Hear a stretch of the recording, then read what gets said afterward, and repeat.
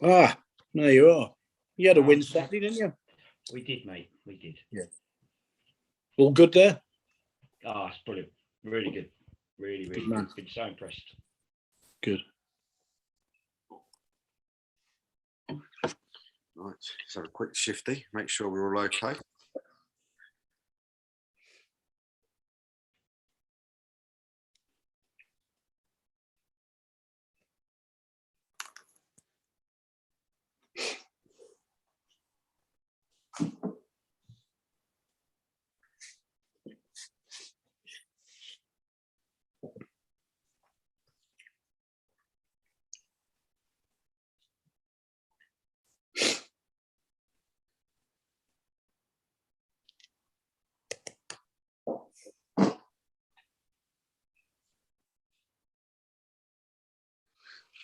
Just give me 2 seconds. Let me just flick this through, and then we'll get started.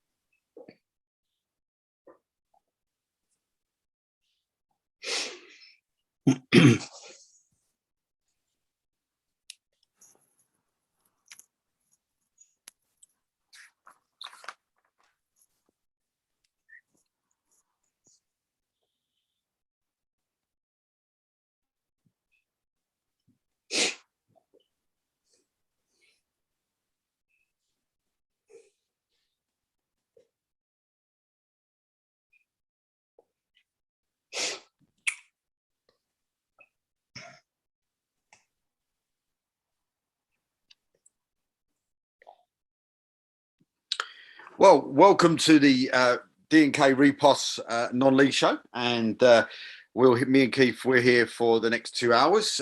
We'll also be joined tonight at 8 o'clock by Rob Small from Bowers and Pitsea, and also Chris, the manager from Berkhamsted, will join us at about 8:30. But with me and Keith at the moment, of course, top left is Chris Taylor from Whittam Town. So welcome, Chris. Thank you.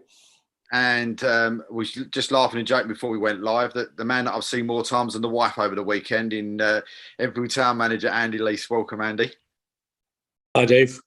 And of course, the man with the 100% record, the man that's smashing everybody in sight, including like division, national division sides and all the rest of it. And Mr. Keith McMillan. What a start, sir. Yeah, it's been good, Dave. It's been good. I won't go as far as you said. If any Whitstable fans be watching, then the pressure's on. But no, it's been brilliant. It's been a good start. It was lovely to get back into the dugout on Saturday for a league game. Been a long time coming. So yeah, just nice to get them 3 points. And as the two gents will know, Saturday evenings feel great when you come home and they're in there. Your beer tastes a bit better. Certainly does. They didn't. So Sunday when you go for your normal drinking session, and they didn't put anything in your drinks, then did they? No, they didn't. They were good as gold. Well, I'd say good as gold. I won't go that far if I'm honest. But yeah, no. The Phoenix lads said, listen, as you know, my affiliation to them, I'm desperate for them to get some points. I do feel for Paul. I've watched more games of Phoenix this year than anyone. And to be honest, Dave, they're a good side. They play some really good stuff against us. They just lacked a little bit in the final third, if I'm honest, with a ball, and we were a little bit more organised, I thought. Obviously, the home crowd helps, but I just wish they start getting some points, and I wish them all the best, and they will do as well. They will do. They've got a decent manager in Paul, and they've got a great committee behind them, so I think they'll be absolutely fine. Yeah. Well, Lee Flabbins just coming straight in and said, Chris, have you been in the gym? Nah, I've been injured. That's why I've been helping Mark and John Sussex out. Normally we start this show and we go straight into having a chat and all the rest of it. But for me, there was something that I needed to say tonight because something that I think all of the non-league family has seen today across Twitter, Facebook, Instagram, across every bit you can find. I know my timeline's been filled with it on both social media channels, but I think it would be wrong of me personally not to say how devastated I was today to see for me, and my daughter would say exactly the same, the legend in Gordon Boateng passing away today. The devastation in this household is quite high, I can tell you. My daughter's upstairs in floods of tears and has been all day long. The gentleman has had a massive effect on my eldest daughter's life. He was absolutely sensational with her from start to finish. In the way that he helped her and encouraged her, and really did put his arm around her shoulder and tried everything he possibly could to push her forward in her photography and make her possibly the photographer that she's today, sports photographer that she's today. The man, when you look at Facebook, when you look at Twitter, and I know it's all very raw with a lot of people still today, he's touched a lot of people's hearts through his football and through his charity stuff that he's done, and of course his mental illness stuff that he's also done as well.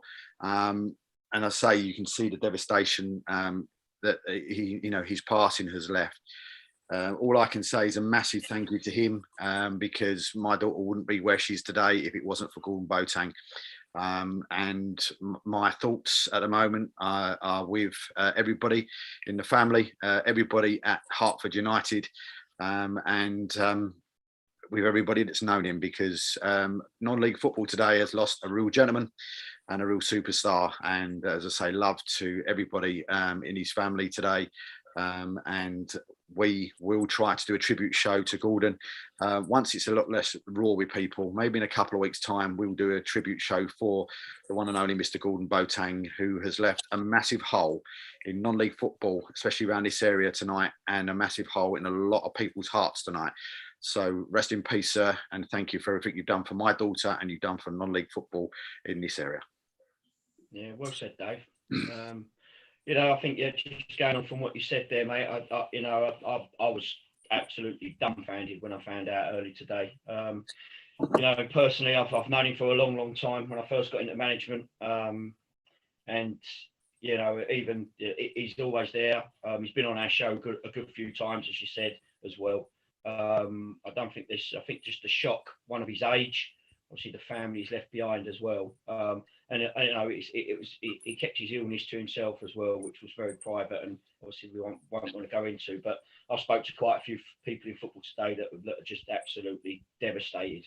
He sent me private messages myself, obviously when I left ECD, and obviously I got the Whitstable job. Always had time to take out and speak to people. He was one of these characters that liked socialising and loved talking about football. And he was doing when we had Pamela on a few months ago, and he was setting up over at Hertford.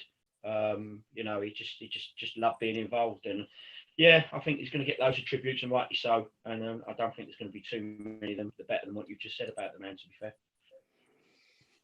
Yeah, I just echo that, Dave. I've known Gordon a long time. When I first went in at Cheshunt, I think he was around at Clapton, I think, when I first came across him. Always trying to recruit players, but yeah, met with him many, many times. I think he followed me into Cheshunt, or not long after I'd been there. And got to see him again when he was at Stortford for a short spell. But I was equally devastated when I saw that today, and I hadn't realised just how young he was. So I echo everything that you guys have said there. A real loss. I think it's brings the non-league together. I think I've got people on my social media platforms that don't play football anymore, and he seems to have had a big influence on their short career in non-league and outside of football. And I think sometimes they say football is just a game, but some people can influence people's lives outside football. And I think, especially for managers or coaches, you become more than just a manager, I think, for some people, or coach. And I think that's quite clear in the tribute messages that Gordon's had today.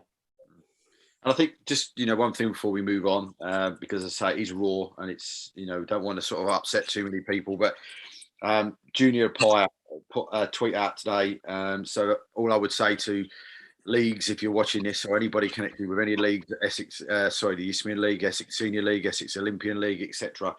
I think this message is for you guys, to be honest. Black armbands and a minute's silence for Gordon this weekend. It's the least he deserves, with a picture underneath that I think everybody remembers with Gordon with that massive smile. Him just sitting there with a massive smile on, with Gaffer written across his shirt, and how I remember him anyway. And I think it would be a really good touch if the leagues did something like that this weekend. But moving on, and so we'll come back to Gordon in a few weeks' time. But sort of moving on, and I suppose, how can we put this? It's not. Don't want this to sound the way it's going to sound, but what a fantastic start for Whittam. That's possibly not everybody expected, Chris. Yeah, I suppose internally we expected it a little bit, without being too confident. For us, the hard work's not who started in May. After last year's sort of performance and where we was, Mark and John done a lot of thinking about recruitment. An opportunity sort of come up for myself to join and help them and do a bit of coaching and try to play on the side, which unfortunately has not happened this season for me. But yeah, fantastic start. The young lads that have come in have stepped up. Saturday, we obviously wasn't too happy with the performance and the result, but credit to Durham when it's sort of due that they're very well drilled. I think I think Keith touched on it a little bit earlier. It's managing their moments. You can play football and great football in spells, like I said about Phoenix, and you just got to have them right moments and pick the right moments. But you've got to be a little bit patient with some of the boys that are young. We've got Reece Madden in goal, which is great. He's one of our most experienced players in Rob Budd. So we're quite blessed in that degree of things. But I think, the average age of the squad was probably about 20, 22, 23. So, yeah, we've had a great start. Last couple of games, maybe not at the best of results, but performances are still there. But it's just little things, slight little things. But, so far happy. But just need to try to get back on the W's tomorrow against Barking, really, to be honest. Yeah, you got the game that was abandoned when obviously my old player Charlie McDonald got injured. Obviously we clashed with the keeper. But you sort of just mentioned it though, Chris. Obviously, and I think, and I don't know if Andy sort of will echo it as well. With the youngsters, some managers sort of don't treat them sort of any different than what they should. And sometimes I've got a couple we've put in our side, and I go down the road of. You just can't put any pressure on them. You've got to understand some weeks they're not going to perform to the high levels as they do some other weeks, and then that's the thing with the youngsters. They sort of one thing I've found is that they do carry the experienced lads along, and the experienced lads nowadays quite enjoy playing with the younger lads. That sort of you laugh at them sometimes in the changing room because you sit there and think, well, they haven't had the experience that some of them have had, and some of the things they come out with, I think. The older players remember that was them 10, 15 years ago. And, they just say something in a changing room and everyone looks around at them and sort of has a little bit of a laugh. But I think it's something that's major now that in a changing room, it doesn't matter what sort of team you've got. I think you do need the odd one or two of them. Yeah, definitely. Yeah, definitely. Yeah. Yeah. We've put 3 in this year and exactly that, they've got to be strong characters, haven't they? I had one who dipped on Saturday, and Dave will have seen at left back. Just had half a dozen fantastic games, even generated a bit of interest higher up the pyramid in him. But they've got to be able to take that a little bit of criticism and feedback, haven't they, as well? They've got to be strong characters because it's an unforgiving environment, isn't it? And I've got 3 certainly under 21 anyway. And but yeah, you're right. They brought real energy and dynamism to the side this year. But yeah. If you've got a team of Chris, it must be difficult, It's a strange one because for me, I remember being 17, 18, and lucky I was quite fortunate to go with Fakam Ramis at Thurrock many years ago. And so much has changed in regards to when you step into a first team now, I think. Because, social media is a lot more, stronger than it was then. So the opportunity to potentially move to clubs or move to another club if you ain't playing is a little bit more flexible now. I think years ago, if you was under a manager, you was learning a lot from the players around you. But now you've got so much freedom with movement of some of these lads. And I suppose the good thing about the youngsters is they play without fear. Yeah, without doubt. They play without fear. Sometimes it can be a bit naive, but they play without fear. And if you can let them play without fear and they gain their experience, then I think it's a win-win. It is a win-win. And in a way, I think we're most probably all in the same situation. If you do get that youngster and they do play 6 or 12 games and they're at a good performance level, you're preparing them for that step up potentially that might come from a higher league club or in the league. So you want them to be ready. In my view, you want them to be ready to walk into that changing room and not sink because they're a little bit younger, and have that confidence to walk into a change room, and be I suppose prepared for that next stage. I think some, like Keith said, about some managers are quite quick to dismiss the youngsters after 1 or 2 games, but over a season of 40 odd games, if they have 5 or 6 bad games, no doubt they're going to have a lot more good games. So, but as Keith knows, there's plenty of managers around who are scared of their own shadow, aren't they? Let alone losing a few games. They won't go with young players. And I've been accused of it lots of times in the past, but, we're regularly introducing 1, 2 and 3. I think you need your senior players as well. I know you said you'd only got a couple, but, they will generally police and look after the young players, won't they? If they earn their respect with their performances, but they do have to have strong characters, don't they? It is an unforgiving, game that they come into these days, isn't it? They're generally judged really quickly, and you see it at the top level, don't you, as well? But I'm delighted with what we've introduced this year. Yeah, I don't know about yourselves, but I sort of look at them. I go, like, I went down on Wednesday, watched the academy game, and I sit there and I go, right, that youngster reminds me of this senior player when he was in my side, and he could be like Charlie McDonald, or he could be him. And if you don't look at them that way, and you think, oh, that's their age, but I can bit of coaching, bit of mingling in the first team squad, because when they do go in there, they're either quiet or some are quite lively, to be fair. But you do see their actual way that they change and they grow up and they enjoy it. And the one thing being in their own changing room, which is good, and they could be the big. But when they go in there and they get used to that dressing room mentality and that banter, you can see them grow just in themselves, and that is a major thing. And once they've done that out on the pitch, I think they do cope with it, and I think they can.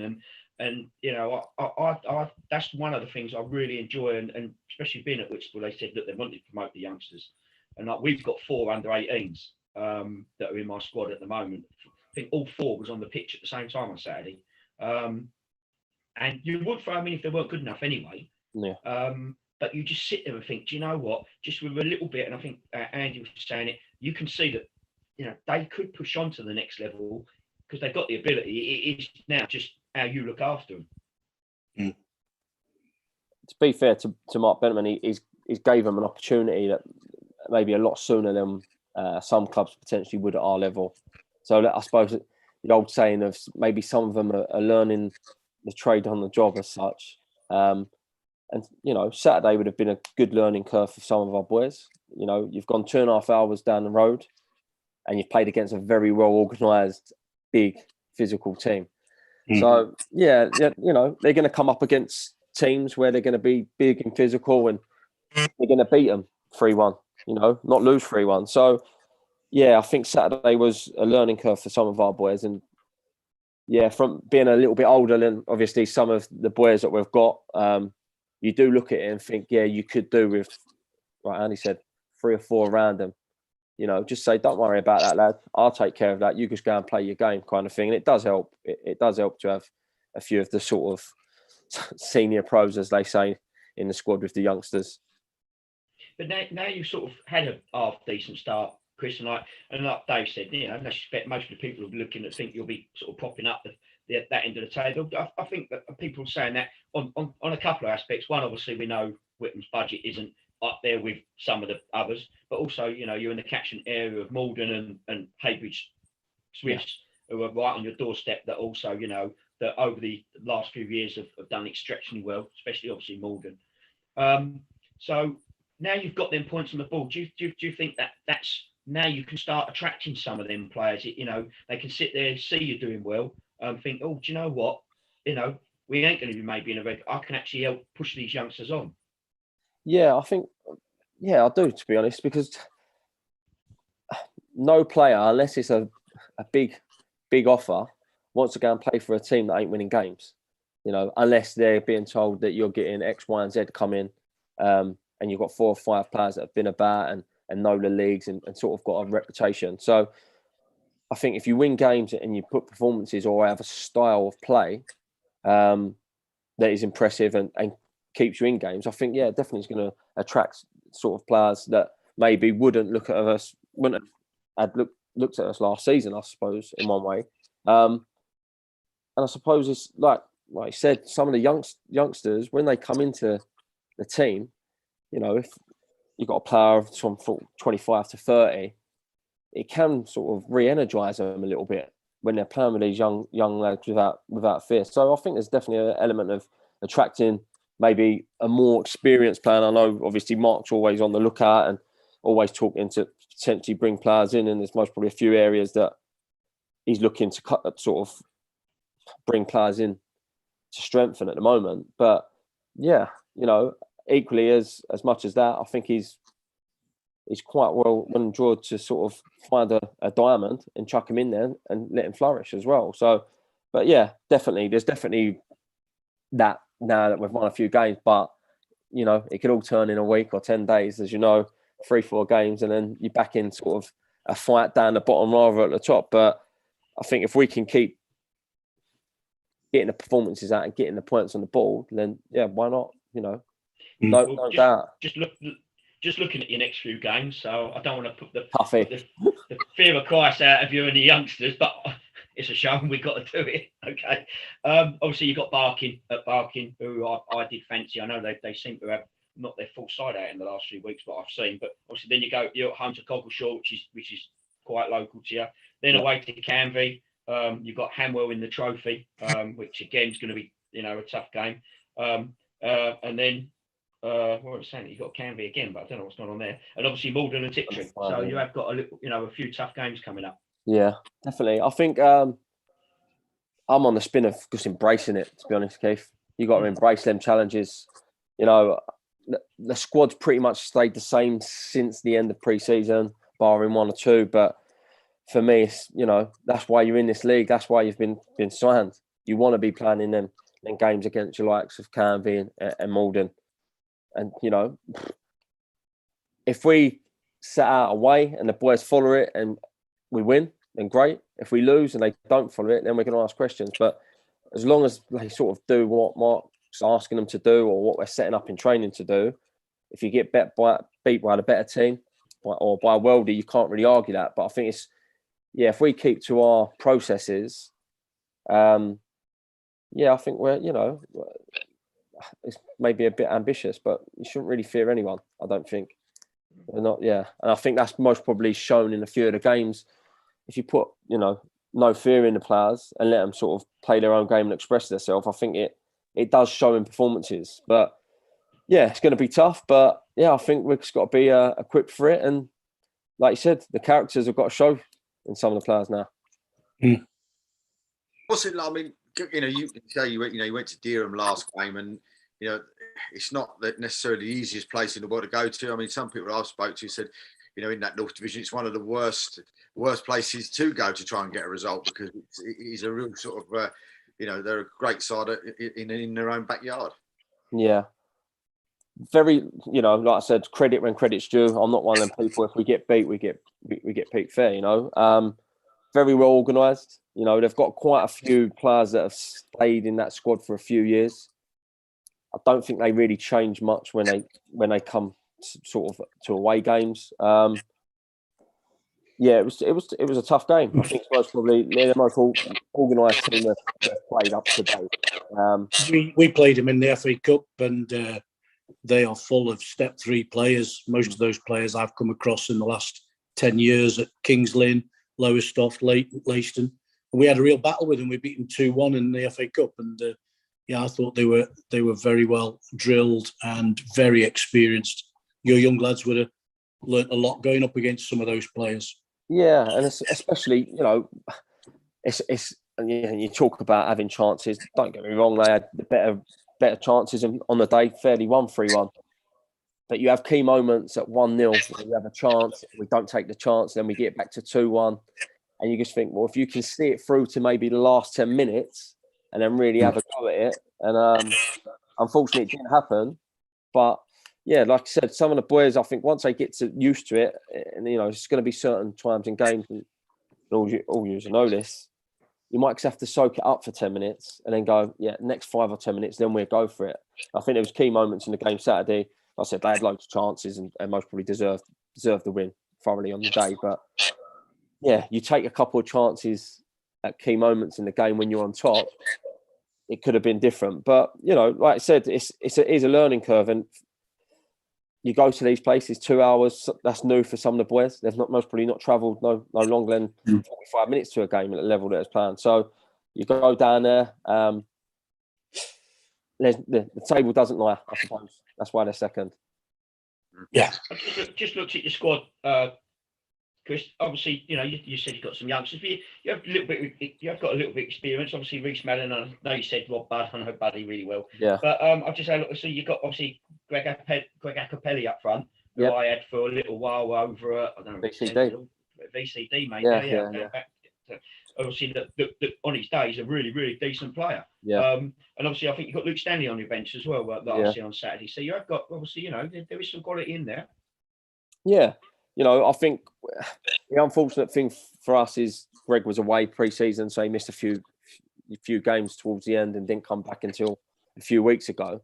But if you can get that sort of nucleus, a spine of sort of the senior players amongst it, all fit and all there, like I said, I think the mix is, it's a good balance. It is a good balance. And like I said, most probably all of them players, either you've managed them or they've played against you, like myself over the years. But yeah, if you can get them all there with the youngsters, then they are most probably the 4 players you'd want to bring them through and mature the players, really. They've all been there and done it as such, and still got a lot to offer, in my opinion.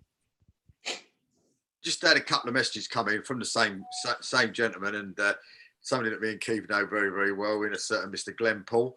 The first one he's putting there, Gordon was a top bloke, believed in me as a player and always encouraged me to fulfil my potential, and was one of the first to nudge me into coaching. Devastated by the news, sleep tight, GB. And then the one that you say you've read, he says, Keith McMahon could look happier after a 1-0 win on Saturday. I'll listen back to the show later on as he's on parental duties tonight. So, but yeah. Listen, Glenn sent me some nice messages. Dave, we can talk about Whitstable later on, because to be fair, I didn't really speak too much about the club last week. But, listen, a win, like I said, a win's a win. But I also can't look too smug because obviously we beat my friends. So, and if they're watching, they will absolute batter me. So inside, I'm sitting there, but we've got a big game tomorrow. So, we'll talk about Whitstable later on. We can have 10 minutes, then I'll talk about that. But Glenn. I mean, with Mark, I mean, how difficult is that? To get players to come to Whittam, and I don't mean that in a disrespectful way. Whittam, how do you sell Whittam to a player to come in? At the moment, it's a lot easier, of course, because you're doing really, really well. But I mean, at the beginning of that, how difficult is that to try and get people to come to, to come to Whittam? Because let's be honest, normally it's that sort of bottom 3 or 4 or whatever else. So how do, and not just Whittam, but any team at that sort of, in the same sort of situation as yourself, maybe like a Romford as well. How do you encourage those players to come to you to come and play for your club? In my opinion, I think if you create a good environment, it's the first thing. If you create a good environment and an environment where people want to be, they want to be at training, I think that always helps. In regards to distance to the club and where some of the players are travelling, we have got a few players that are 45 minutes away. They live in Tottenham, Hackney. So there is a few players now that come a little bit further adrift, as well as players at Alnchurch and in and around Whittam as well. But yeah, I think it's, like anything now. So, you do a little bit of networking, you build up a sort of pool of players that you know, or you sign a player and then he knows someone, he ain't getting on. So it does help in that stage of things as well. But for me, I think, if you can create a good environment, and listen, it always helps when you're winning games. If you're winning games, sort of everyone sort of pops out in the blue wanting to know what's going on. But yeah, I think the environment's key. And for the youngsters and maybe some of the older senior players that ain't played or they're not getting minutes, if you're giving them opportunities to shine or putting them on a platform, but then obviously potentially move up the league, then I think many youngsters are sort of refuse that if they ain't getting chances at places like Boreham Wood or Welling or places like that. So I think it's the opportunity to sort of play. And I think, speaking from personal experience, if you're not playing, no one's seeing you. So if you could be playing, Essex Senior League every week, getting your goals, and then before you know it, the league you've dropped down from, you've jumped 2 leagues above that purely because you're playing every week. So I think that's quite key. But yeah, I think creating a good environment for the players, and everyone should be playing football with a smile, shouldn't they? That's the main thing. I mean, what teams are you surprised at? In your league, Chris. Because I look at this table and think, well, okay, maybe he wasn't maybe expecting to see Durham, up there, Brentwood up there, Felixstowe up there, but you was expecting to see maybe Barking and Averley a little bit higher up, and also, of course, maybe hashtag, because everybody was talking about hashtag and coming up last year. But I suppose the big surprise for me is Tilbury, right way down there in 18th. I mean, is there teams in your league that you're surprised at, and teams that you would expect to be where they are as such? I think so far it's been a very funny start to the season. It seems like everyone can sort of beat everyone, which sort of makes it quite exciting. But you more than likely will have it planned out in the next most probably month or so, especially when the grass pitches get a bit more boggy, a bit more muddier, and you have to go to places and really have a battle up to win points. But yeah, like I said earlier, it can all change very quickly. You have a space of 2 weeks, you could have 12 points on the board and you was in the bottom half of the league, and then you're in the top half. So yeah, I wouldn't write anyone off, but yeah, obviously Saturday, Durham was very impressive, very impressive. I've seen a few other teams from watching games. Averley was very impressive when I watched them. So I think the ones that are predicted to be up there will more than likely be up there. I think one of the surprising teams that have been a little bit inconsistent is Malden at the moment, really, for me. I was literally just looking at them, and just as you said that, I just put it out on web pages. Losing 3-0 to hashtag, losing 3-2 to Haybridge, losing to Basildon, and then lost to Bury as well. And then they've got no easy task. Then they've got Averley, Tilbury, then you. So it's they've got a little bit of a tough run as well. So, but anybody else surprised that Malden not doing a little bit better than what? Dave, let's be a little bit fair on them. They're sitting fifth. So I think, I've just to go with, but I wouldn't be mind sitting fifth.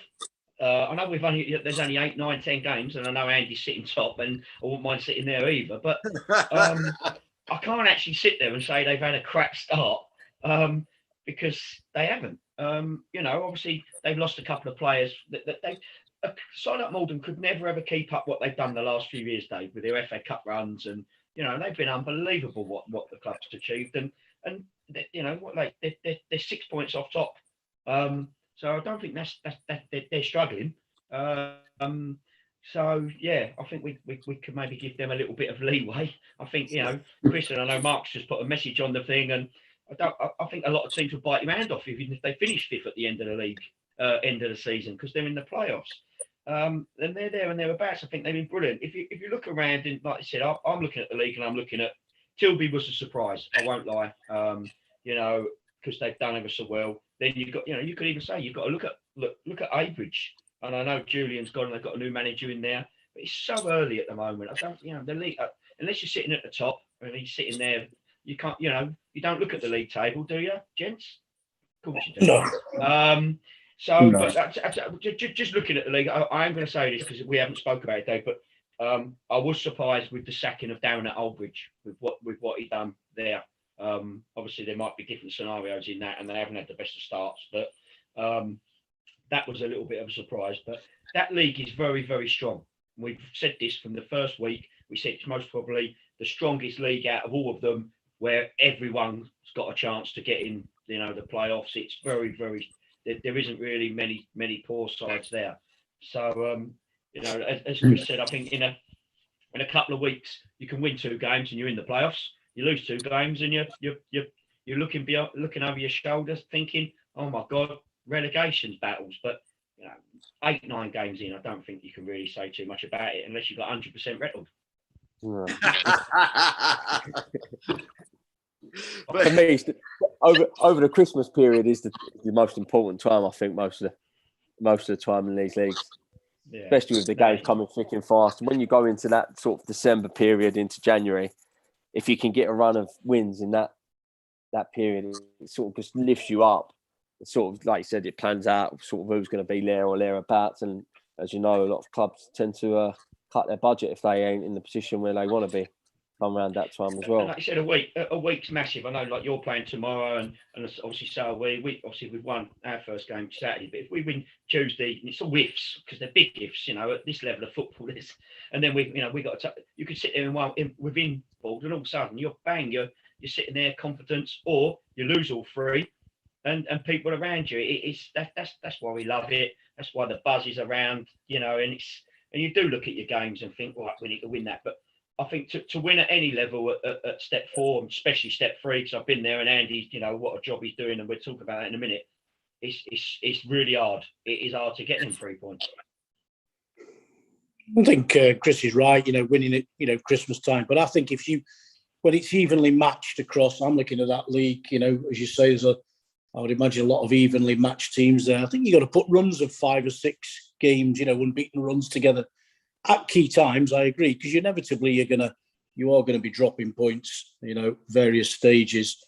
And I think when it gets to February and you can start to plot where you think you can be, if you're within striking distance of the top 5 or striking distance of the top position, I always work on being within kind of 6 to 9 points in touch, as it were, and you can't let anybody get away either at the top. It's I've seen it too many times, especially at our level, where 2 or 3 teams get away and you're playing for just 2 spots in the playoffs.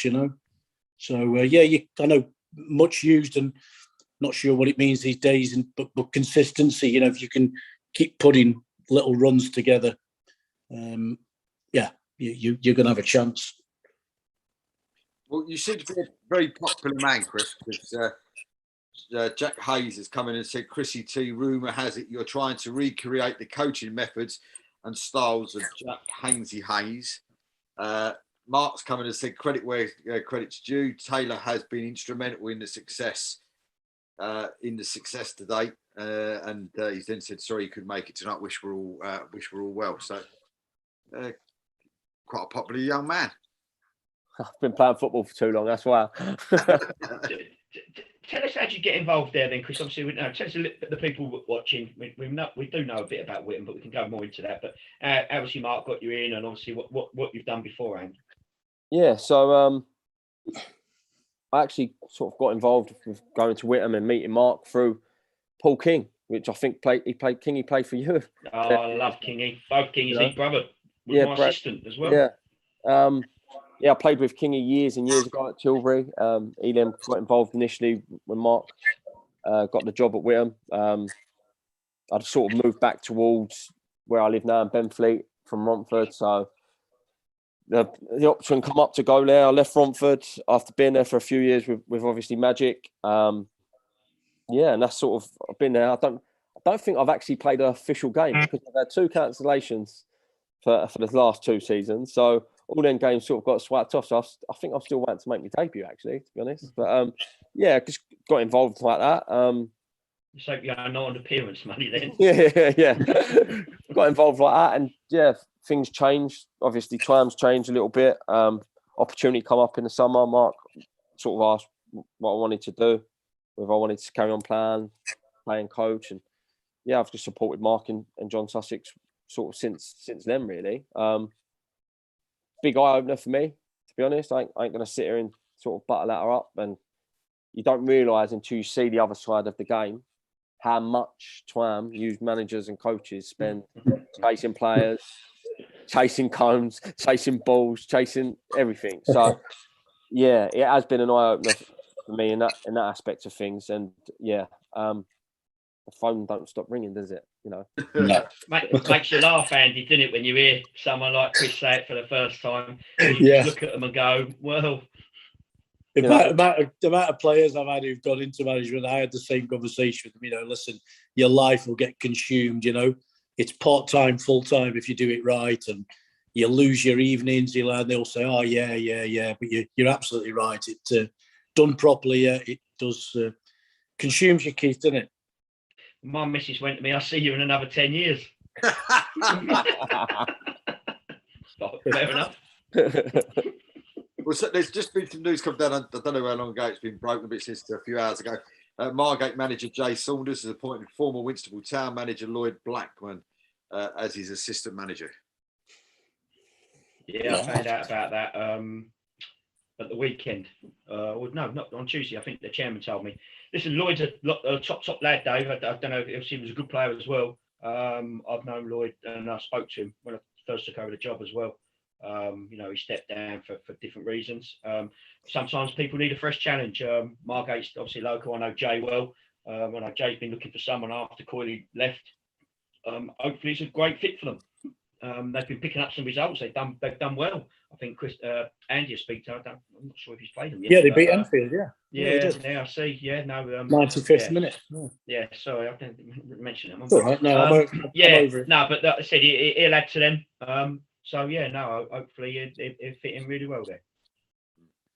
So I mean, Andy, I was there on Saturday, and it was great to see you Saturday, and of course also to see ex-Harlow player in Mario there as well at the weekend. But as I said, it was for me first time there, as I said to you in the interview after the game, first time to go and see an actual game where Harlow weren't involved in it, shall we say, and the atmosphere there was absolutely outstanding.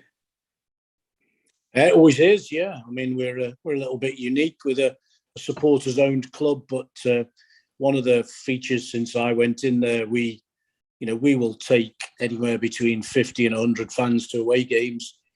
We're now averaging over 450, I think, at home games. But they're a noisy bunch. They're a knowledgeable bunch as well. But they create a fantastic atmosphere in there, and especially obviously this year, since it's been going well. It's gone up a level. I mean, and of course as well, you've got to, as we spoke about as well on Saturday. I mean, you ain't going to get many better sponsors than who you've got, are you? Well, no. I mean, we got 2 or 3, but I think you're referring to the wrestling people, aren't you? Who've come in at the sort of on the eve of the season, didn't they? Yeah. And fantastic. And you look at the sort of synergies that have been generated. It really is. With obviously the shirts we were wearing on Saturday are new with all the the logo on. We've been invited to 2 or 3 events as a club. So yeah, there's an awful lot going on. But yeah, fantastic coup to land that, and all credit to the chairman. Well, if you get any front row seats to any of that, just give me a shout. But anyway, I mean, how would you guys feel though? If all of a sudden, your chairman gets a phone call or however it came about, and somebody as big as WWE are phoning you up saying, "I want to sponsor Whittam, I want to sponsor, Whitstable Town." I mean, that's just what dreams are made of, isn't it? In all fairness, it's such a big company like that. And it doesn't have to be WWE. It could be, a big company in this country, but. That's a massive coup for a fandom club to get a sponsor like that, isn't it? Go on, Chris. Yeah, 100%. To be honest, I think that it most probably will bring a different crowd in for you as well, potentially to games once the kids go to that, and then all of a sudden they're at the football club watching the football. So it can then bring fans that you wouldn't necessarily have before. As well, I think it has worldwide. I mean, I'm told we've sold probably. I'll get this right. I know we sold 200 shirts within sort of hours of it being announced. I think we're up to about 400 sort of replica shirts being sold. So, I mean, that alone tells you the interest and the coverage that they've got. way beyond the the boundaries of Enfield. So I suppose my question would be, though, Andy, it would be to you, would be, have you seen any of it? And also, if you haven't, are you going to start coming out the dressing room doing the Vince McMahon walk when you come out? As I said to you on Friday, Dave, I still thought Giant Haystacks was fighting and Mick McManus, but apparently they've finished. So no, I'm showing my age. I think there's a challenge that we've got to set you know, as a show. If you're at home for non-league day, we reckon that you should have to come out on the pitch doing the Vince McMahon walk onto the pitch to the dugout. You need to go and Google it and find out what it is.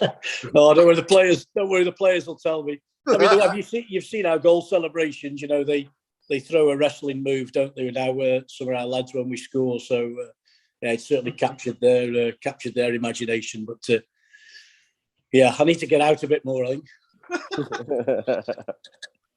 But I mean, great start though, Andy. I mean, you know, the club's going in the right direction, and you know, as we said, sitting top of the table as well, and a great result against you know, probably the favourites for your league in Worthing, or at least one of, you know, and I mean, you must be really pleased with, you know, how it started.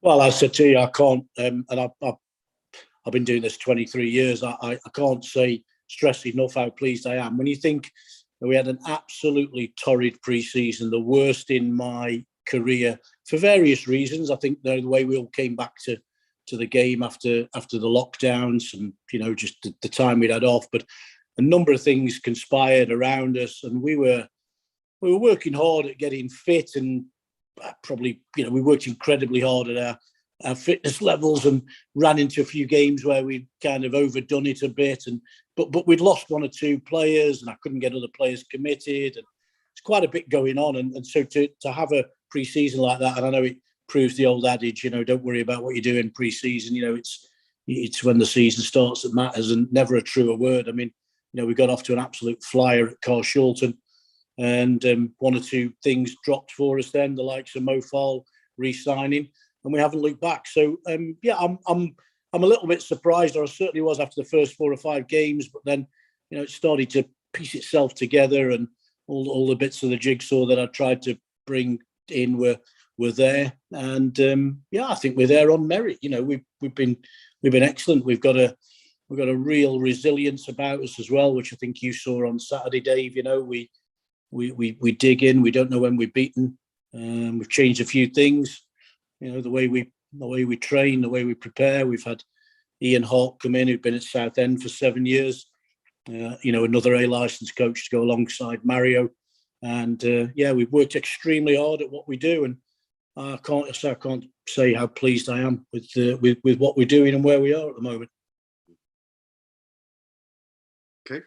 With that, Andy, obviously, you know, when we look at the Prem division, and we say about, you know, there's some really big clubs in there when we talk to others, but Enfield are one of them, aren't they? I know they've got the history, and I remember going there a few times. It was always, you know, and I'm trying to make Whitstable the same with the fans, that the fans were always fantastic, and really get behind the club, and really want to sort of push on. And that's sort of what the build, I think, what the club wanted to do when they moved to the state, the new stadium, was to do that. And obviously with yourself, the experience you've done, and also even some of the players, like you said, bringing Mo in, and I see you've got Andre Coco, who was at Cray Wanderers, I remember, not that long ago, was he? I think, yeah. Obviously, still there. You know, you've got Jones in your side, yeah, Bromley as well. You know, and was it? You know, we need to compete with the Worthings, the Kingstonians. You know, the clubs. You can never say a club deserves to be in a league above, but you know, Enfield, with the history and the size that it can compete at that level, can't it, if it gets there? Oh yeah, for sure. But I mean, I think we haven't had the resources in. And I'm not criticising the board and the chairman. Haven't had the resources maybe last year and part of the season before, and I'm not sure we have now. You know, if you did a league table of budgets, you know what that allows you to do. We shouldn't be where we are, that's for sure. But yeah, the ambition's there. The club have asked me to be competitive again. Can we be in and around the playoffs? And yeah, that's what the supporters want for sure. And yes, we could survive if we survive. I hope we do better than that if we went up a level. We pitched ourselves against that. Chelmsford a couple of weeks ago in an FA Cup tie, and I thought we were the match of them for long periods of the game. And I've got a mix in there of experience and youth, as we said earlier. So yeah, the ambition's there, and it always is from me. I wouldn't be at a club if I was just marking time and trying to keep somebody in a division. I mean, I've had that in my career, but this is about trying to be as competitive as possible and being in and around the top 5 or 6 of the league, which we have been, to be fair, in the last 2 seasons that were curtailed.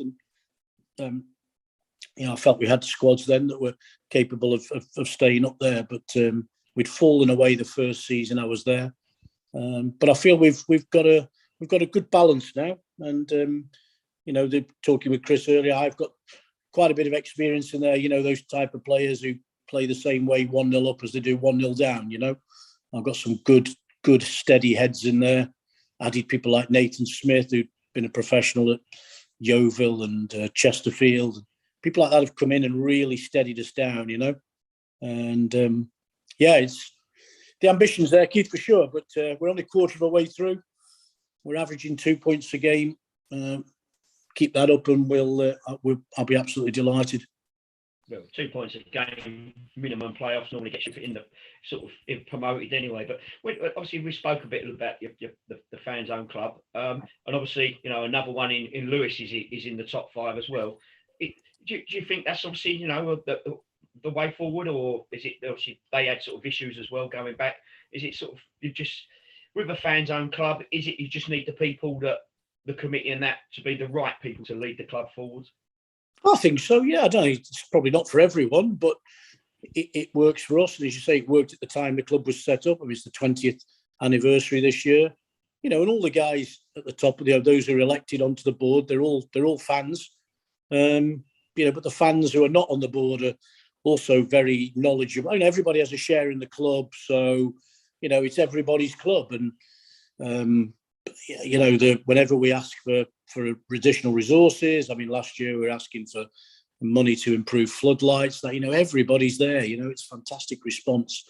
I don't know how many members. I could look in the programme. We've probably got 300 or 400 sort of paid up members now every year. So it's a little bit different. I mean, what it means for me is after the game, the fans, everybody kind of generally wants a little piece of you or a bit of the players. Probably always feels like a little bit different relationship than you perhaps get at other clubs. I regularly get advised or given numbers of players that as fans have seen, and there's all sorts of things go on. So, but yeah, it's not for everybody, but it works well for us. We haven't got that main or big benefactor. We're not reliant on one person. It really is a democracy in that sense, and the way everything's run. It's a fabulous environment. It really is. So with that, though, is that as you as the manager, obviously you do need something. Is the setup the sort of same as you would do otherwise, going to sort of just the chairman and going, look, we need this, or have you had to adapt as well as a manager, sort of, from what you've done in the past? No, it's pretty much the same. My relationships with the chairman and, vice chairman, other members of the board, everything gets dealt with at board level if I go, asking for something. So, pretty much the same, Keith, it's no different, really. We've been joined, of course, we've been joined by Rob, of course, Bowers and Fitzy, and seems like a long time since we've seen each other, sir. Yeah, good evening, everyone. Thanks for inviting me on, David. No worries, mate, no worries. We'll be with you in 2 minutes. But go on, Keith, carry on, mate. No, I was going to say, Andy, obviously you've got Bowers coming up as well, so you two can lock on. But what just looking at the league itself, and we know how strong it is, and I always keep saying it. Do you expect the regulars that have been there to sort of be playing for the promotions, or is there anyone else you sort of sit there and think, they surprised you this year? Yeah, I don't want to offend anyone, but I think if you look at the top 7 or 8, it will probably, I think that looks about right now. But I think behind that, there's probably Hornchurch, that have got the wherewithal and the experience to come strong. The surprise is probably Horsham, who are down there. No disrespect to Rob, I know his game's behind. I was called the game off, by the way. They've got their FA Cup game, so yeah, we're not playing now. But yeah, I don't know. I'd be interested in what Rob thinks, but I think Horsham probably a bit of a surprise to me that they're languishing a little bit. But I think Hornchurch will come strong, and they've probably flattened out a bit after all the successes that they've had. But I would say that top 5 or 6 right now, and I'll keep us in there. Modesty kind of excused, but I think that's probably, with 1 or 2 additions, I would think that would be the mix at the end of the season. But hey, who knows? Somebody has a run, like I said earlier with Chris. You put a run of 5 or 6 games together at any time, and you can catapult yourself in there. And so it could change. But that for me right now, quarter of a way through, that's how I view it. Of course, you've helped Hornchurch out by letting them have Billy. Wasn't intentional. I'm not here to help anybody out, really. But no, it's just I think we spoke briefly on Friday, Dave, didn't we? I mean, Billy made a decision not to come into pre-season. Another child and sort of 3 kids under 5, and a very busy, successful business. He's got huge demands on his time. His decision not to come in, it was left a bit open-ended when he come back. He came back in September. We were flying. He's 33. He wants to be playing every week. If he takes the view that, I don't know, he's got 2-3 seasons left, he doesn't want to be. He had a season at Billericay where he sat on his backside and watched nearly every game of football that was going on in front of him. So he doesn't want to do that again. And yeah, I'd prefer it if he hadn't gone anywhere in our league and we tried to engineer something where he could go and get some games and maybe we could keep him. But, I got to think about the team, the group, and also our resources as well. We'd got forwards in who are firing. So yeah, it's one of the real dilemma. Bill didn't want to leave. I didn't want him to go. But once we decided that, or agreed that he should go and play football every week, then out of my hands, really. And I kind of expected him to end up where he did, but we've only got to play him twice. So hopes he does some damage to other clubs around us while they're playing a bit of catch up. Well, there's another bit of breaking news just come through actually, and another manager has left his position, and it's Finlay Johnson at Chalfont St Peter has resigned today as well. So, and we wish him all the best for the future as well. But we'll come back to you in a bit, Andy, if that's all right. And we'll jump on to Rob and Bowers, and what a fantastic result of the weekend, sir. Yeah, it was. Everyone has their year, don't they? And this is obviously our year. So it was a brilliant occasion. Players were just so good on the day. When everyone, if you're going to beat a team 2 divisions above, you need everyone to be sort of hitting 9s and 10s out of 10. Nearly a rub of the green, which we got at the right moments. Although there was arguably the most stonewall penalty for handball not given to us when we were 1-0 up.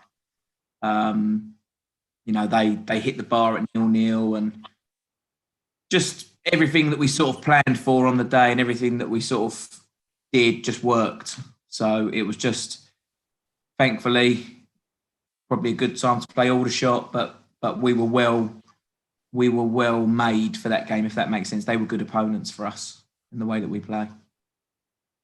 And remind everybody, where are you off to? Or are you at home in the next round? No, we're away to the FA Cup, the most famous FA Cup giant killers, probably Lincoln City. Nice. Mm. It's quite funny it worked out, isn't it? I think as well, if I'm right in saying that both of the actual clubs that, of course, Danny's been at have both got Isthmian teams, haven't they? If I'm right in saying? Portsmouth. Yeah, I think Portsmouth got Harrow Borough, didn't they? Yeah. Right, excellent, yeah. Which I know Steve's jumping up and down about when I spoke to him today. So he's quite happy to be playing them. But how do you keep the players' feet on the ground then until you play them? Well, we've got Merstham away tomorrow night, so we'll find out. To be honest, I've not tried. The manager in me after the game Saturday wanted to sort of say, "Look, lads, we've got Merstham on Tuesday," but I think that every now and again you just have to just roll with it. So we'll either go to Merstham tomorrow night with bags of momentum and, you know, get a result, or we'll have this massive hangover and get beat. I think it's one of those situations as a manager you can't really control. You just hope that the players, you know, will do the right thing. And we've got a good group of lads. We know where we're at. We know, you know, what we're about. So if we keep, you know, finding those levels week in, week out, then we'll pick up enough points to stay where we are for another year. And you're still in the trophy as well, Rob, aren't you? So you've got, you know, an away side to Farnborough as well. Yeah, I mean, I'd love to take credit for that, Keith, but we haven't actually played in it yet, mate. Yeah, So. Never mind. But yeah, we are still in it. So yeah, so we've got still money for the club, isn't it? Yeah, I mean, I don't think it gets much tougher than Farnborough, apart from the top teams in our league. They look like they're a serious outfit with some of the players they've got and where they are in their division. So it doesn't get much tougher. But we had Bishop Stortford and Hornchurch in the FA Cup. They were both pretty tough games. If you know, I don't want to get down and dirty and talk about resource, but it's obvious that they've both got really strong squads. You know, they were big games for us, even though we're the same division. You feel like you're playing a division up. They're an Aldershot. So we've done okay against teams that are, you know, bigger than us or whatever the right language to use is. So I suppose, again, you know, we're probably well geared up for a game like that, and we'll give that one a good go. So I asked Andy this question on Saturday and or over the weekend. I mean, do you now, as managers, assistant managers in the game, take a lot more confidence going into the FA Trophy after what Hornchurch did last year? I think you probably. I'm not sure confidence is the right term, but I definitely would say I'm probably guilty of neglecting that competition in the last few years. I've had other sort of priorities. You know, obviously when we were in the division below. You know, we were trying to win that, so, you know, didn't really want the distraction that season. When we first got promoted, the FA Trophy games just came at really bad times for us. They came the week after we had got knocked out of the fourth qualifying round of the FA Cup to Chichester. That was a bad moment for us. We played Averley. It wasn't good timing for us. And then last year we played Hornchurch, so we played really well against Hornchurch and were 1-0 up at half time, and they managed to turn it round in the second half, and then you're sort of sitting there 6 months later watching them play at Wembley. So I think, you know, given where we're at in terms of the division we're at, I think we can afford to put a bit more focus into it. But we've got a very tricky tie to negotiate first. And also, go on, David, sorry. I said also, you know, with all this going on, saying that it's difficult, and you just said it, but one of the most important is your league as well. Obviously, you haven't played loads of games, but you do need, obviously, you know, to concentrate on that.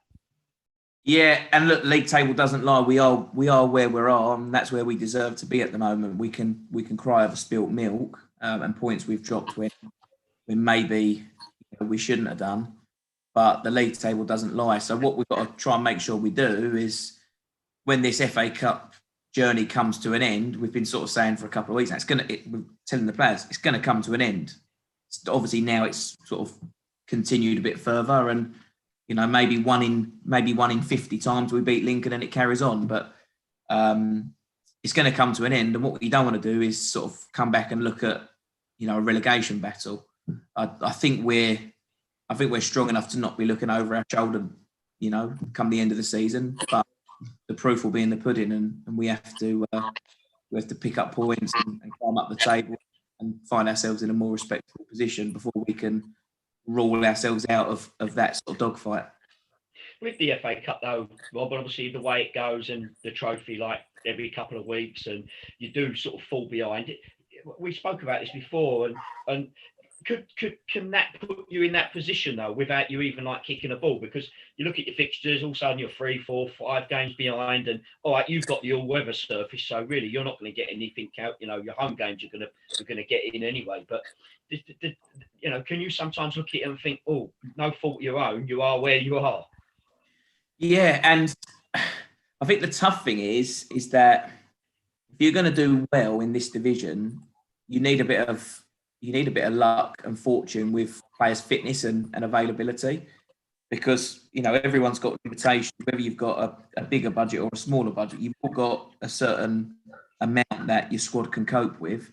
And when you play, what will happen is the games will rack up Saturday, Tuesday, and you pick up injuries. And I don't know how Andy's found it, but certainly post-COVID, where there's been this long layoff, I feel like the players are all picking up more injuries than we're accustomed to. So, if you carry a big squad and then you're not getting injuries, you've got players that are not in the squad and are a bit of a drain on resources. If you carry a smaller squad and you get caught out, you can lose. You can lose a lot of games quickly. And what we're finding in this league is we lost our first 3 games, and since then we've played 10 games. Okay, some have been in cup competitions.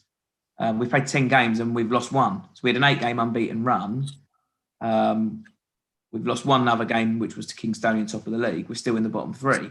So you lose a few games, you drop like a stone. You almost have to win, 6 to 8 before you can start thinking about climbing places, because you just don't. Everyone's big, and you just don't make up any ground. So psychologically, I think for players, when they look at themselves in the bottom 3, it's not ideal. So, it's not something that it's a lovely problem to have, right? We're going to go to Lincoln in the FA Cup first round. First time Bowers have ever been in there. That one moment that we all dream of as players and managers. We've got to make the most of it. This probably might never happen at Bowers again. So we've got to make the most of it. But you've got to also make sure that you're not sort of leaving a sort of train wreck of ruins for when you come back down off cloud 9. But do you sometimes, you must, Rob, and the club itself pinch yourself, and you just hit it on the head there. 5 years ago, I think you or whatever, you was in the Essex Senior League. You've come through that. You've won that. Your first ever game was against me, and you beat me, so you can bugger off. But you've come through. You've got promoted obviously out the next set. You're in step 3. Now you're in the first round of the FA Cup away to Lincoln. All in a space of 5. What else can this club achieve? Yeah, I don't know, mate, is the honest answer. You just have to keep going, don't you? Just keep trying to do new things. Maybe it'll be one year, it'll be an FA Trophy run. Maybe, I don't know. Obviously, in the long term, you sort of think, well, you're trying to navigate a division whereby you want to get promoted again one day. We're not idiots.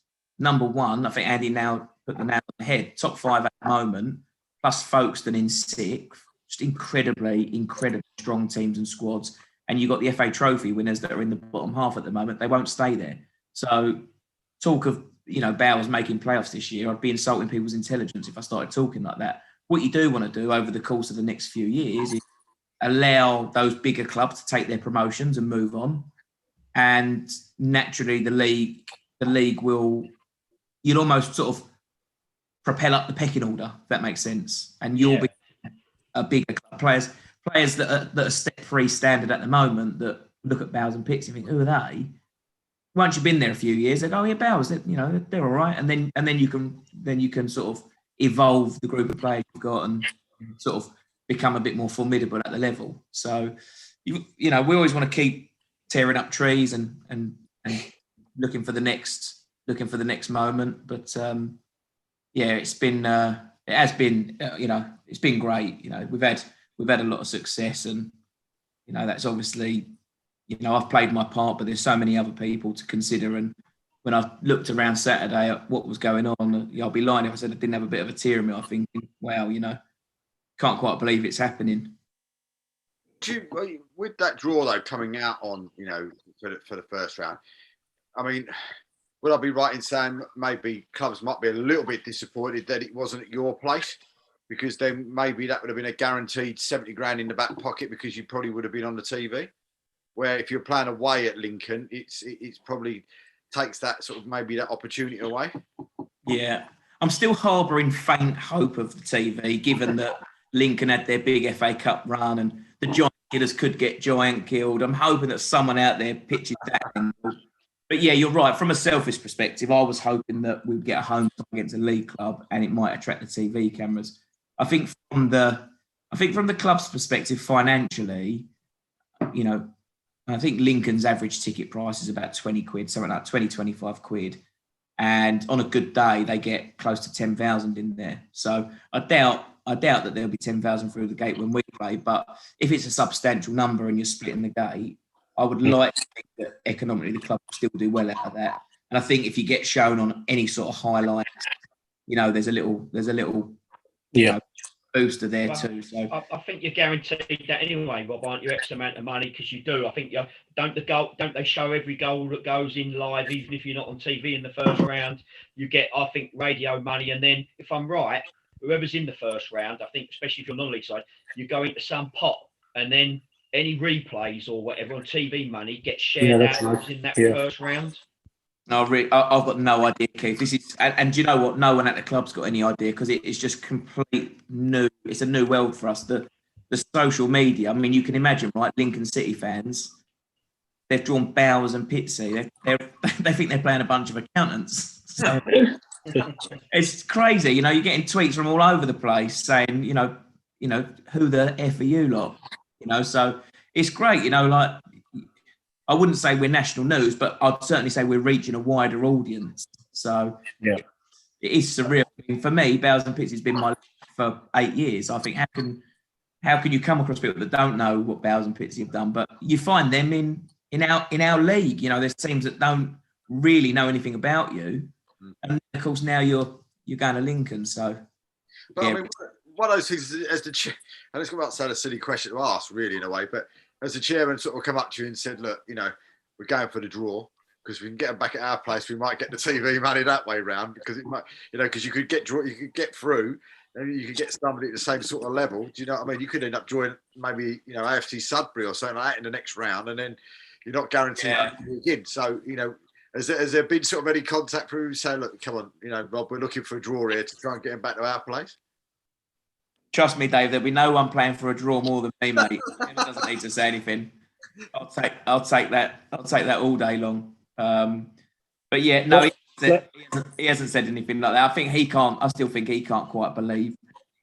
I don't think he even realised the sort of economics that will be involved. I think it's just more from a football perspective, just buzzing. I think everyone's just obviously on cloud nine about it. So I'll give you a bit of hope, Rob. I did it in 2015 when I was at Chesham. I know, mate. I remember watching it on the telly. Didn't Barry have you?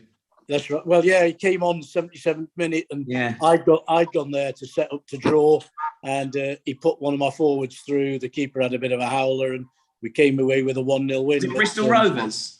Yeah, Bristol Rovers. I remember it. Yeah, and you'll see him tomorrow night, Rob. Yes, we will. Yeah. So yeah, there's hope for you if you can.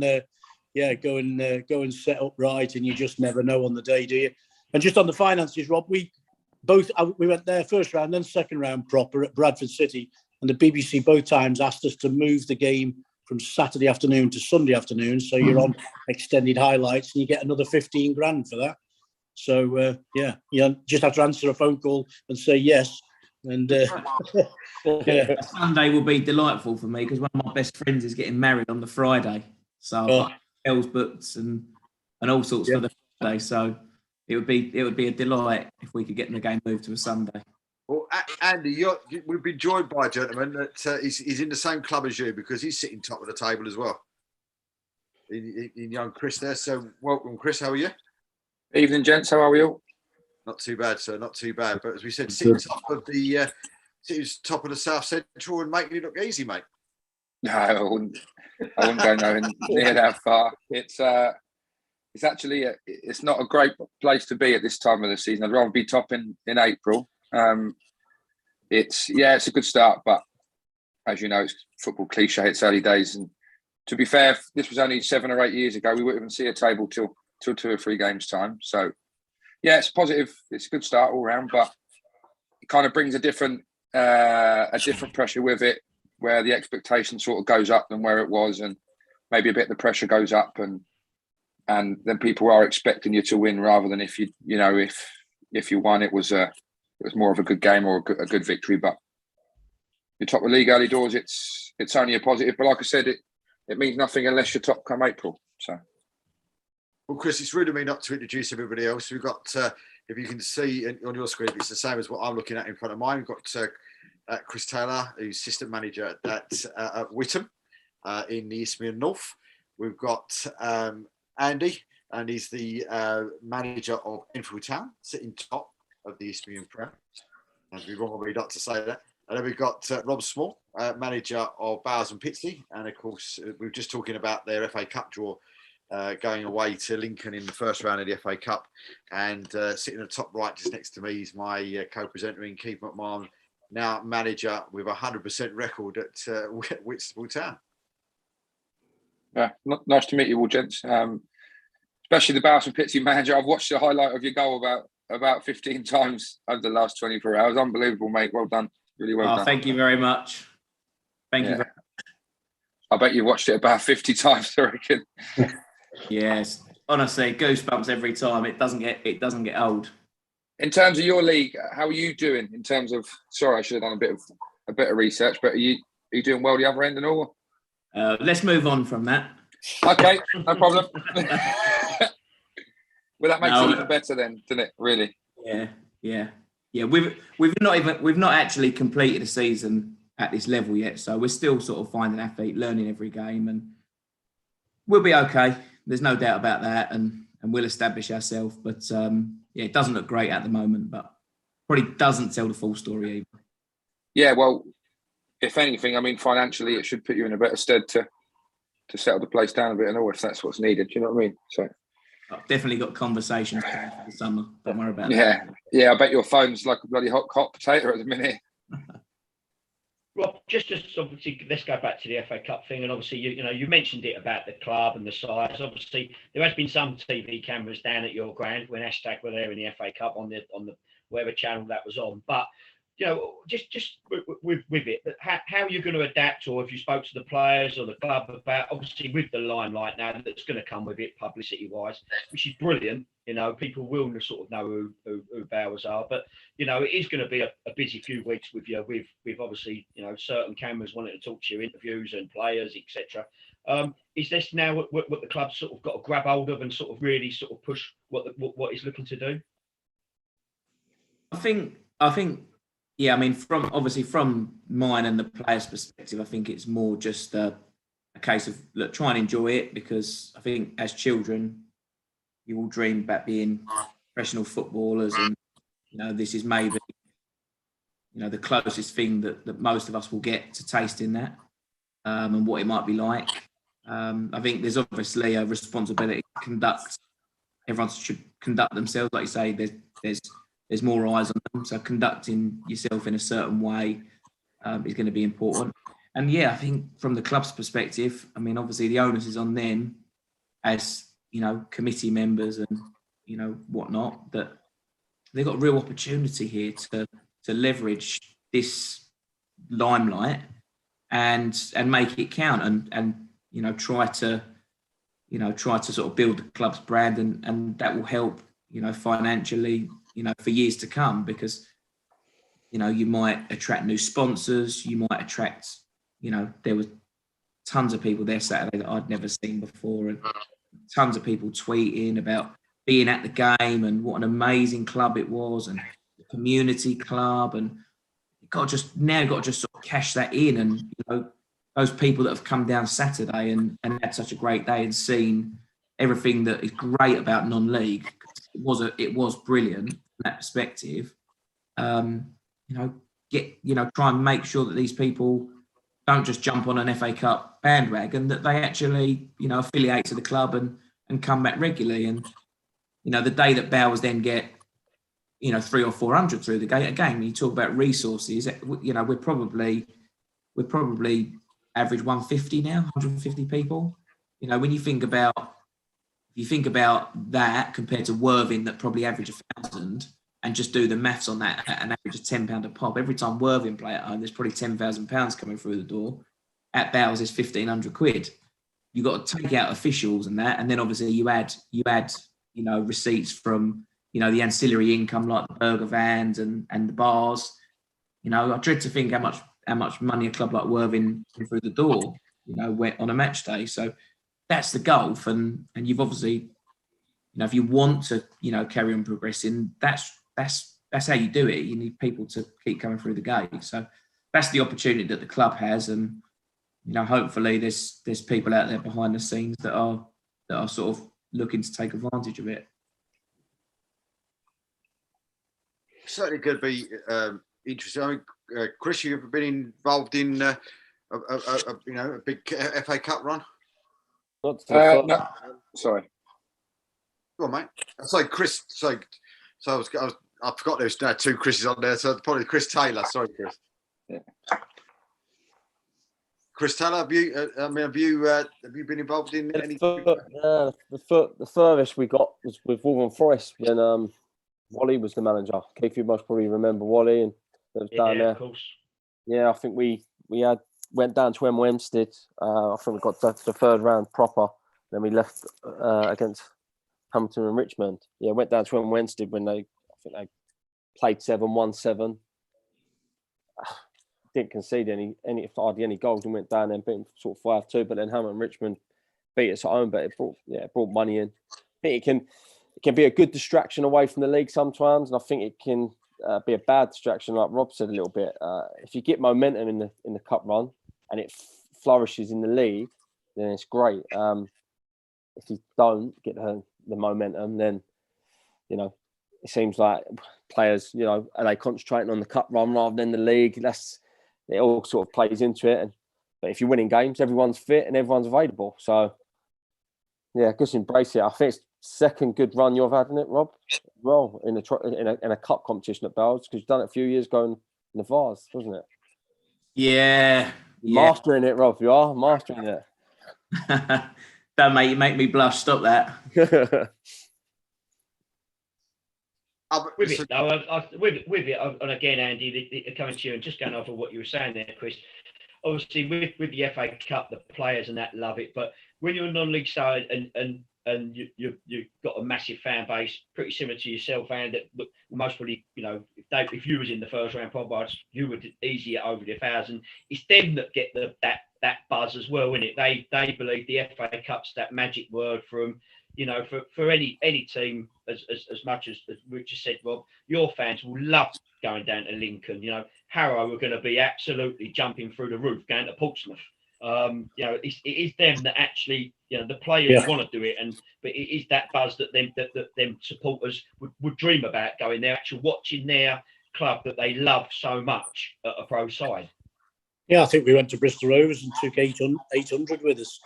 And like Rob said, people you've never seen before. And we did it the following year at Cheshire and went to Peterborough, the same again, 600 or 700. You just hope you capture some of those for the future. But yeah, it is for the fans as much as the players, as Rob's described. That it is the ultimate, I think, for those of us in non-league management and players. To get to that first round proper really is the holy grail, and to draw a professional full-time club, it's doesn't get any better, does it? But it is for the fans as well.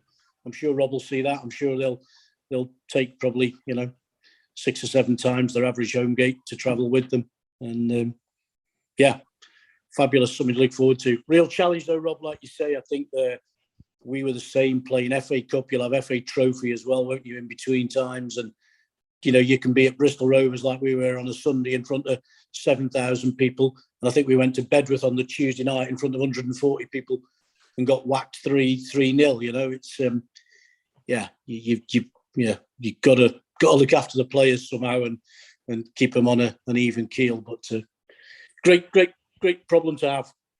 But don't Rob. Obviously, when you look back and you used to, there were the old times where you'd see a old non-league side, knock a league side out. But we've mentioned about Hornchurch and the trophy, but even things like with Malden and Tiptree, beating Leyton Orient, etc. I'd say the odds have sort of come in a little bit, haven't they? Because the non-league football has gone up. The level of it is it's difficult to say better than what it was years ago, but it is more common now. Well, I certainly hope so. It would be it'd be amazing if we pulled something like that off. I think realistically, the 4 divisions feels pretty enormous. You know, they're a playoff side as well, Lincoln, in the last couple of years. So I think, like I say, maybe 1 in 50 times we win the game. But I agree. I think that there's a load of talent in non-league, and there's well organised, well-run clubs. And I think you also see those you see that because you see teams go from non-league into the league and establish themselves. And then you've got teams like Stockport and Wrexham and, York are obviously in step 2, but they can't get back anywhere near it. It's so hard to get back in. And that's, we're going to see that with Southend now. They're going to really struggle to get back into the league because, teams like Harrogate and Salford that spring to mind from the last couple of years, I know that both are financially backed, but nonetheless, they'll go in there and establish themselves, and over the next 10 years, they will just be thought of as league teams rather than non-league teams that have got promoted. So, yeah, I think, everyone. I think the romance of the FA Cup as well just inspires people, doesn't it? Because there's been so many shocks and upsets in the past. Whenever you cross the line, you just think, well, it might be us, and it just gives you that little bit of extra belief, I guess. How are you going to approach the game? Are you going to have a chance to go up and watch them? Yeah. We're pretty big on our homework. I can't say too much because Andy's on the call. So I'll see you tomorrow night. Yeah. We'll definitely. We've obviously cross-checked fixtures, and there's a Tuesday night where they're at Wigan. So I can get myself up there for that one. Which is amazing. And even that, you think about the FA Cup and you think about, it's going to be great going to Lincoln. But I get to, instead of, dragging myself to Haringey or Potter's Bar or somewhere like that to watch a game of an upcoming opponent, I'm going to Wigan. So, that itself is wicked. But yeah, we'll obviously look to leverage as much resources as we can. We'll make sure that we're prepared for the game. We'll try and have as much of an idea about what Lincoln are about. And then look, we'll see. It's like we start the game at Lincoln, and 15 minutes in we've conceded a goal. Lincoln will relax and play their game, and it will be tough. If you can sort of, against Aldershot, we broke the game into 6 lots of 15 minutes and just said, right, just get through the first 15 minutes. Get through that and don't concede a goal, and then we'll build from there. And if we can do that at Lincoln and get through that first 15 minutes and say, right, okay, we're not conceding the first 15 minutes, then another 15 minutes. The longer it goes on, the more anxious a professional team are going to be, because as much as they've got superior fitness and superior quality, it'd be shameful to not beat Bowers. And I think that can emotionally affect, players with that sort of fear of embarrassment. So, we'll try to stay in the game as long as we can. I don't suppose, even if by some chance Michael Appleton is watching this, I don't suppose that will come as a great surprise to him. Yeah. Christy, I mean, have you had a cup run? I was just about to say, lads, I think this must be a stitch-up, because we got beaten the first round by a team in the league below this year. So I think I've been invited on the wrong show tonight. We've all been there, mate. Don't worry about that. Yeah. We've all been there. We went down to Walthamstow and had 50 shots. They had 1 and we lost 1-0. So I think I got invited on the wrong show, I think. In all fairness, Walthamstow are a good outfit, though. Yeah, they are. Yeah, they are. And to be fair, speaking about crowds and interest, for a Step 5 club to be getting 300, 400, 500, I mean, they must be doing something right. But to be fair, it's really only my sort of second or third proper season in terms of management. I've just turned 31, so I've not really had much opportunity to sort of steer or direct a run. We got to quarters of the Vars a couple of years ago. Apart from that, really, it's been the sort of second qualifying round, maybe third qualifying round once. Apart from that, we've not really had a sniff, to be honest. It's something as a manager and or a player that you'd always love to be a part of. But I feel sometimes the FA Cup kind of gets shrugged off. I mean, when you lose a game, it kind of, obviously not sort of undertoning or under speaking what Bowers have done, I don't want to come across like that, but once you lose an FA Cup, you kind of, the cliche thing to say is, oh, you know, we're not going to win it anyway, and it kind of disappears. But it's only so important, obviously, when you do really well, and then you realise the impact it might have on Rob and his team and his unit and the club and the extra 300, 400, 500 fans that maybe never seen, but you know, Bowers before in a game, and you could inspire a whole year group at school to start buying your shirts, mate, and come into games, and it's only when you get to a first round proper against Lincoln, I think that's when it really kicks in. Like, bloody hell, like, should we maybe have cared more about losing that game away at Walthamstow? I mean, at the time we were 4 out of 4 in the league and we hadn't conceded a goal, and coming home on the coach, it was as if we didn't really care. Obviously, I don't like losing, you know, any football games, but it's when you're losing the FA Cup, it kind of gets shrugged off. Like I said, like, we ain't going to win it anyway. But then when you look at, you know, Harrows and Bowers in particular, because they're quite local to us. I mean, you look at what they've got in respect to away trips to Lincoln and Portsmouth. You realise what kind of was there if you did have a proper focus at it. I've got to say to you, Chris, you must have one of the best chairmen ever then, because every game I've lost in the FA Cup, I've sat there and I've gone, oh my God, I'm going to get it here, I'll tell you. So, but yeah, the finances are different. Just going to go on a message, and obviously we need to mention it, Dave, as well. And I was going to say to you, Rob, obviously Lincoln, you know, it's a bit of a slap, but Peter Val's just come on and gone, I don't know if you see Horsham's reply to Carlisle yesterday when they said, shall we set off now? Because obviously that is a journey. Yeah, that's a tough. How do you fancy going? If their only game that you've got to watch is them at home, you'd be like, you might as well go to the rest of your team. I'll meet you there. Yeah. Well, we've got Farnborough in the trophy as well. I looked at going and watching them on a Tuesday night, and they were playing a team called Yate Town. I thought, okay, well, no, I'll have a quick Google. It's bloody Bristol. I thought Tuesday night in Bristol. No, don't fancy that. YouTube will cover that one, mate. Okay, I'll have a good look. Cheers. In all fairness, I think the league that, you know, I've noticed, and we talked loads of times previously. We spoke about Dereham earlier on, you know, about you know, the travels, a couple of hour journey to Dereham and etc. And then of course Harlow in the same division as Chris, and you know, and you looked at some of those journeys there this year, and you looked at, geez, you know, we've got a few 2 hour journeys, you know, this year, and you know, that you've seen that you've got to go to, like Kidlington and places like this that you've got to go to as well. So would I be right in saying there is quite a lot of travelling, excessive travelling in our league, Chris? I think Harlow are quite unfortunate. I mean, there's a bit of a restructure last year, and I think this year was probably the best I've seen it. Luckily, we've got 8 fixtures within sort of 25 minutes, which, I mean, you don't often get, but if you start looking at then the league above and what sort of section of the Southern Premier League we'd go into, you know, if we managed to get there at any point, it would be the Premier South, and then you're looking at Taunton, Truro, Tiverton. Nice in the summer.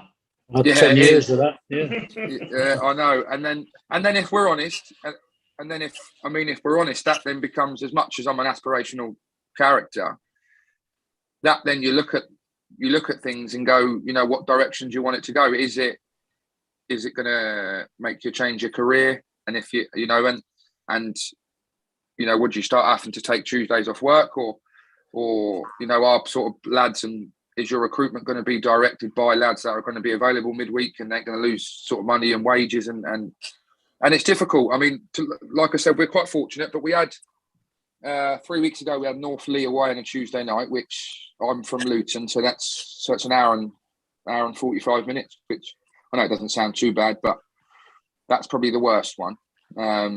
But you know, you're getting in at 1 o'clock. It's and then I've got to be up at 6 for work.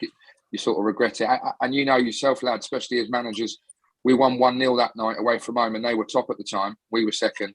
There wasn't a lot of sleep, so it's difficult midweek. I mean, on a Saturday, I think it adds to the occasion. I mean, if you can come home on the coach with 3 points a crate of beer and 20 lads, there's not much better feeling, I don't think. So I don't mind it at the minute, to be honest. Well, that's who we've got on Saturday, but luckily enough, they're coming to us, Northleigh, so they can travel the 2 and a bit hours down to us. Just over the weekend, another Tuesday night. So, mate. Said they love turning up after 2 hours and seeing your pitch. Yeah. Chris has already played there. Am I right? You have played there. We played. Yeah. We won 1-0 actually. As happens, David. I forget. Yeah. To be fair, mate, you absolutely peppered us for the last 10 or 15. And because you were new to the league, we didn't really know a lot about Harlow in terms of their, where they're going to be. I think you've won the last 5 or 6. You've got a team in a month in September, and now 1-0 away. 1-0 win away from home looks like a really good result, and it's a good one to sort of tick off. Yeah, Welling Garden City tomorrow night, so that'll be fun. At home or away? Home tomorrow night. Oh, okay. So it'll be good fun. Maybe that's why Nicky didn't bother coming on.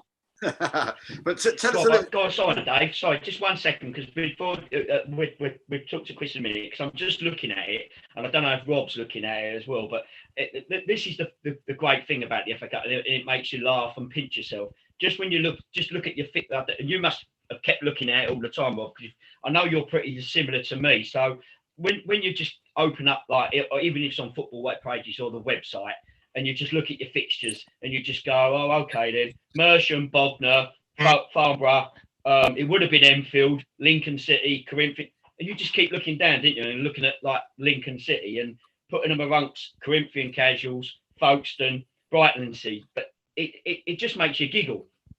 Yeah. Yes. It's hard. I know I sound like a broken record, but obviously it's just can't believe it, and it's going to be a good few weeks. Well, we wish you the best with it, mate. I definitely say that, and the other clubs as well, Harrow and all the sides that are still in it that we speak about. So yeah, go on, Dave.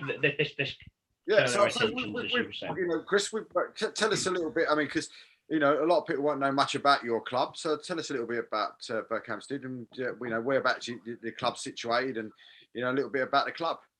Okay. Berkhamsted it's in a town called Berkhamsted, which is near Hemel Hempstead, probably about 6 or 7 miles from Hemel Hempstead and Kings Langley. And maybe over the last 7 or 8 years, everyone from the outside have seen Hemel Hempstead go from the Spartan sort of league right up to Conference South, and then Kings Langley went from the Spartan Division 1, Division 2, the whole way up to the league they're in now in 4 or 5 years, and they sort of grew past Berkhamsted. Now Berkhamsted got to the FA Vase final in the 90s, and they were probably they were the bigger club out of the area, and for whatever reason, no one really knows why, they sort of got left behind a little bit from the Hemel and the Langley. And if we're honest, it's probably money and a lack of investment around the place. But Lee Bircham took over the club about 3.5 years ago now, and I think he finished just outside the playoffs first year, and then his second year, they were actually joint top with Hales Owen and Corby, and then COVID sort of hit. There was only sort of 7 or 8 games left, and then COVID hit, and for whatever bloody silly reason, they decided to cancel the season. And obviously it wasn't just Berkhamsted. I think quite a lot of clubs got stung by that. Obviously, at the same time, then he got the offer of the Hemel Hempstead management job, and he decided to leave, and he took a few of the boys with him. I was at Biggleswade United managing at the time. The chairman, Guillaume Balaguer, who's the Sky Sports Spanish football reporter. I got asked to interview and sort of took the job. And whilst we were sort of on the verge of promotion into Step 4 at the time, it was an opportunity I couldn't really turn down. Not only was it a step up for me, I was 29. It was also a team that was sort of finished top the year before, so it was a bit of a carrot that I couldn't really say no to. With the chairman in the club, it's Stevie's, honestly, lads, he's absolutely brilliant. Without doing him a disservice, he works his nuts off there every day. He's the groundsman, he's the chairman, and proper, like proper non-league. And if we're honest, he has a few pints at a game Saturday, and as long as we're not in a relegation battle, he's happy. And that's generally all he said to me when I got the job. Me being a sort of sort of aspirational character. I mean, we speak about the travelling and bits, and I ain't going to be doing that unless I've got a target or winning games, or we've got an ambition to climb and go. And that's what we've sort of set. We are blessed with finances that other clubs in our division especially have got. I'd say we're probably, the bottom third in terms of the budget we've got. So we try and sort of play and do things a bit of a different way, which maybe that's from the Biggleswade times where I was kind of forced to play a certain way because the chairman was Spanish and he had to play the Spanish way. And it's gone really well. I mean, we lost my first home game last year. I mean, I've got a habit of that. I mean, I lost my first home game at Biggleswade 5-0, and we lost our first home game last year to Coles Hill 1-0, and we haven't lost at home since in 30 odd games. So something's happening and something's going really well, and attendances have gone from an average of maybe 90 to 100 to, we're pretty annoyed if we get less than 200 now. So it's a difficult one to explain why and how. I think we've just got a real good group in terms of the squad. And I mean, I've got 3 cousins that are my captain, my vice captain, and one of my central midfielders. So you get sort of a bit of a different bond in the changing room. And I think because just turned 31, I think I'm by the looks of Chris and Rob, I don't think there's a big age difference. Andy, sort of, ouch, Andy, ouch. I can't see. I can't see anyone else, Andy. And, Sorry, mate. and we're done. Oh no, gutted. I haven't died this. This is real. Sorry, mate. I know. To So be fair, there's no to- colour on this. Look at that. To be fair, I could do with a bit.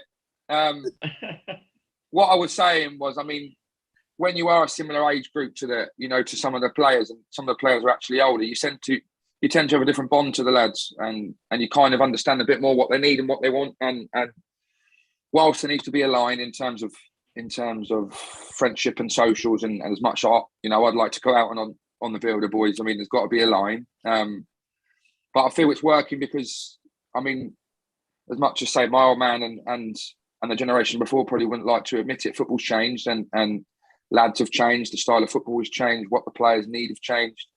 And I think that's what sort of done me in good stead. I mean, I've only been managing in non-league for 3 years. I mean, this time 5 years ago, I was managing a Sunday league, a team called St Joseph's from Luton, and I only done that because I broke my leg and I couldn't play, and I was stood watching games like a bit of a bit and like a bit of a wally on Sundays, and I thought I'd get involved, and I've sort of took every opportunity sort of well, and Biggleswade were going to get promoted, and now it's going well at Berkhampton. So I don't really have any aspirations myself in terms of what I want to do, because I think sooner or later I'll hit a ceiling in terms of what where I can go and what I can do. But until I get to that ceiling, I'm gonna work harder than anyone else. I mean, as much as her downstairs probably don't understand it yet, it's a lifestyle, lads, isn't it?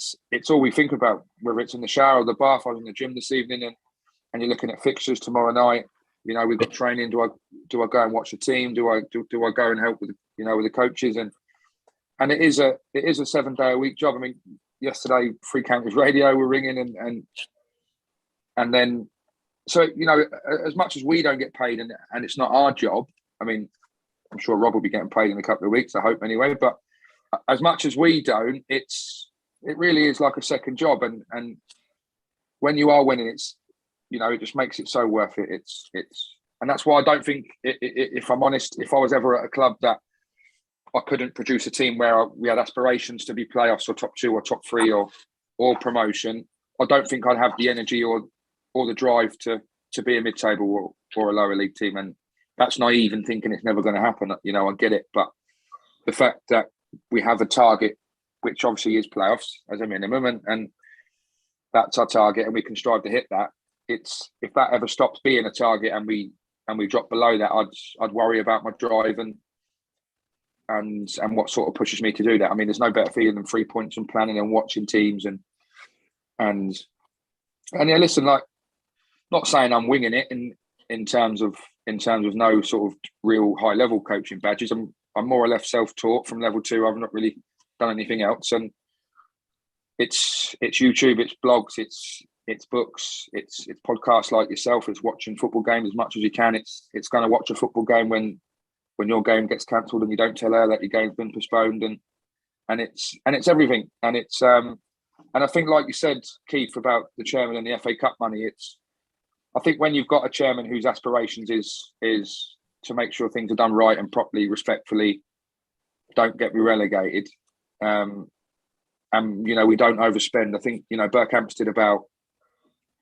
15 years ago actually went pop, and they actually went bust. Then trouble with a manager and chairman, so they changed from Berkhamsted Town to Berkhamsted FC. So because of that, they're a bit more careful than they should be in terms of money, which is why we're in quite a good position post-COVID, because we didn't overspend. We actually spent less than we needed to. Like, we don't rely on any trophy money, any FA Cup money, and whilst it's a bonus when it comes in, when it doesn't come in, then there's not really a big downer. So listen, it's a great club to be at the minute.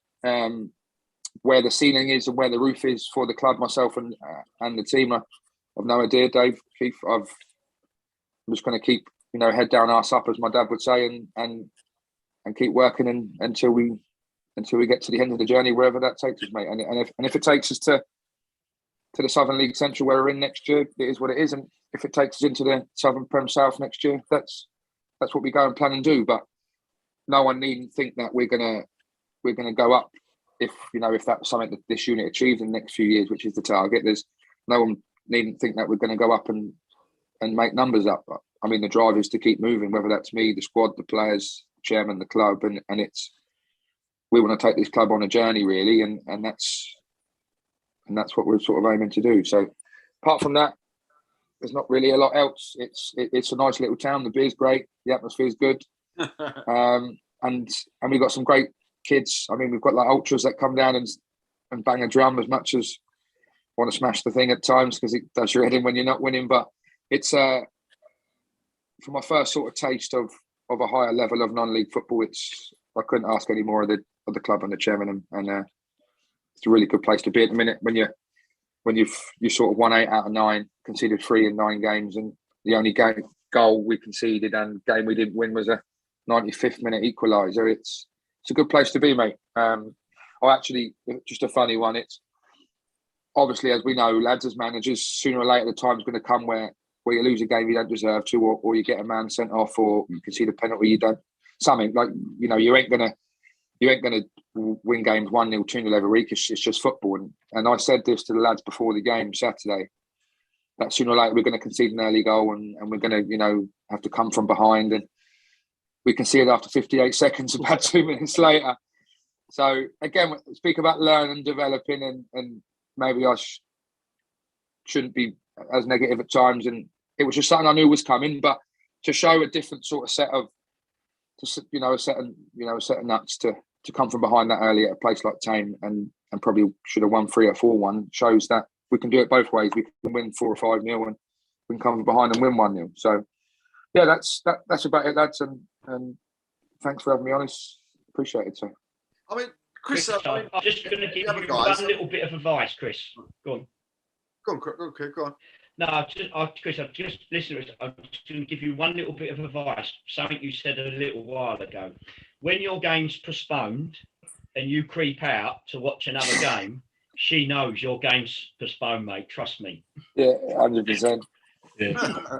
I mean, as managers though, and Chris, you're going to sort of you're going into this at the weekend. When you're going up against the side at home that has just been given a bit of a tonking the week before, when they were at home, I mean, how did you try and sort of keep your players sort of heads on their shoulders as such? Because surely those must look at that fixture and go, blimey, they lost 6-0 last week, and we're playing them and we're top of the table, so we should give them a good hiding. I mean, is that difficult as managers to sort of keep your players' feet on the ground when they're playing a side that's just taken a bit of a hiding the week before?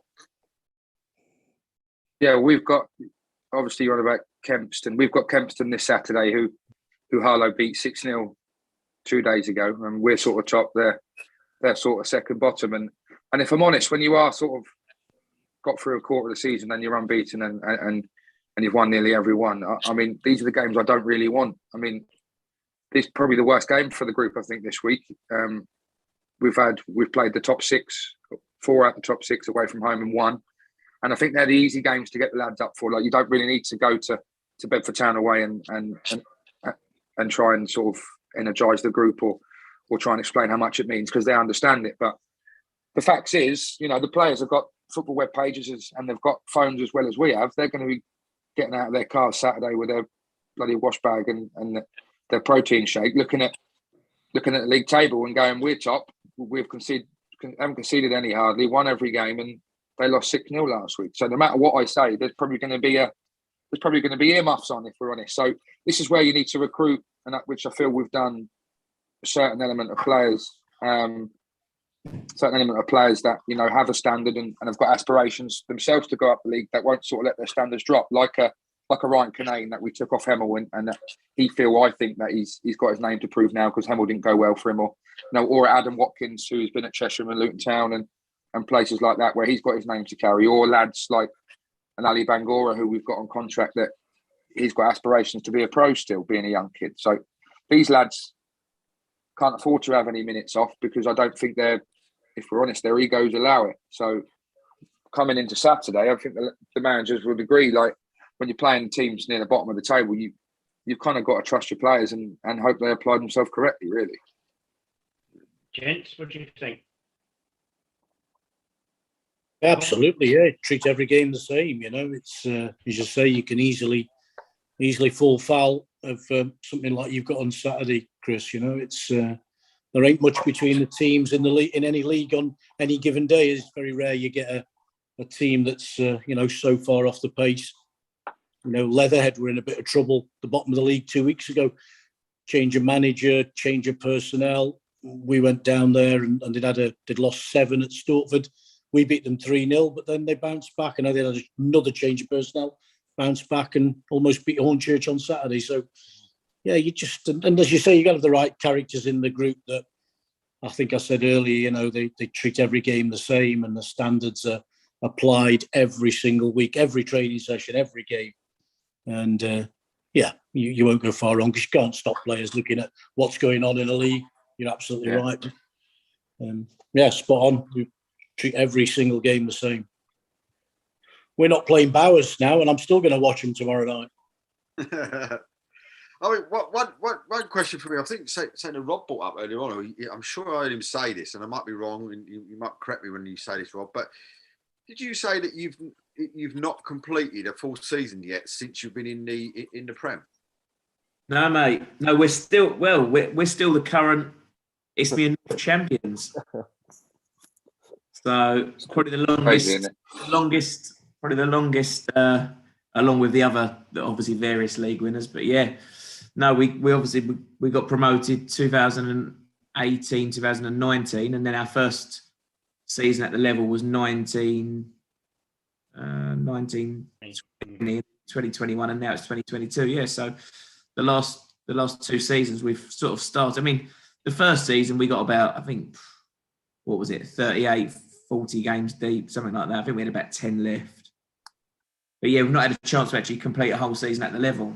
So, well, one question if I can ask you guys, because I've seen it on here, and I've seen a couple of ladies sort of kick off about it. So I will ask this question on here, and Keith might know the question I'm talking about. But there's and it sort of comes into place around bits and bobs going on the pitch and the parts of your management team. So it's a Twitter feed called @RadicalReferee.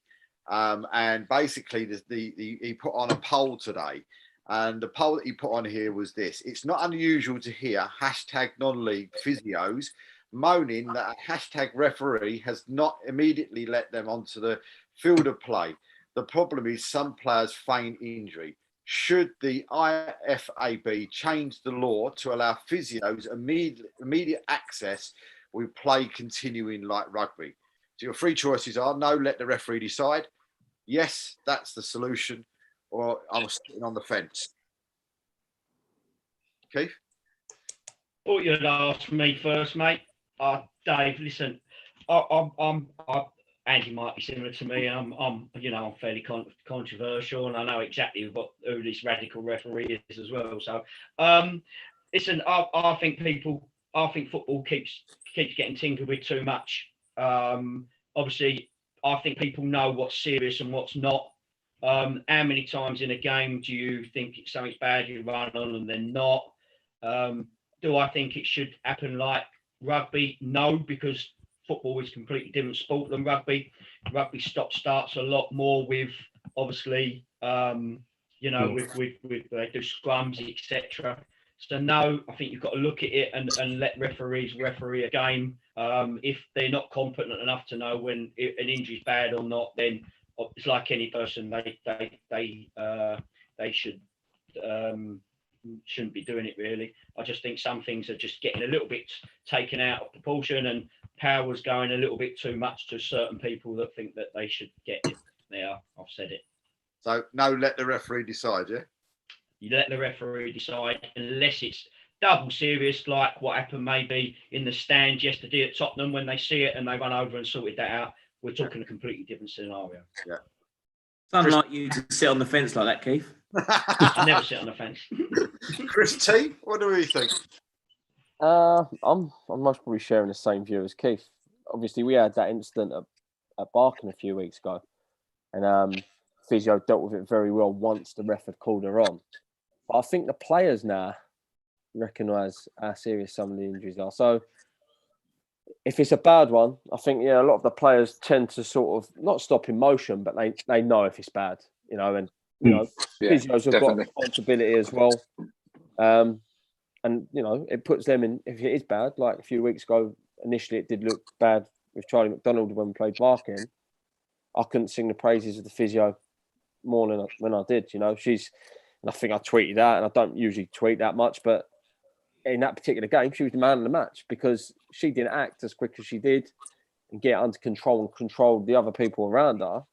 That could scar some people seeing things. So I think the players have quite a lot of responsibility, but ultimately, I'm with Keith. I think the refs should have the sole decision. Yeah. Andy? Yeah, I'm more mellow, less controversial as I get older. Let the referees decide. There's enough experience around. You say with the players, with the benches, if it's serious or not.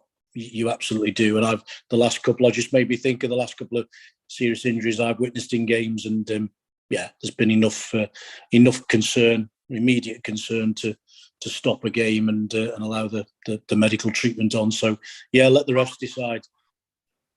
Rob? Yeah, I'm in the same camp.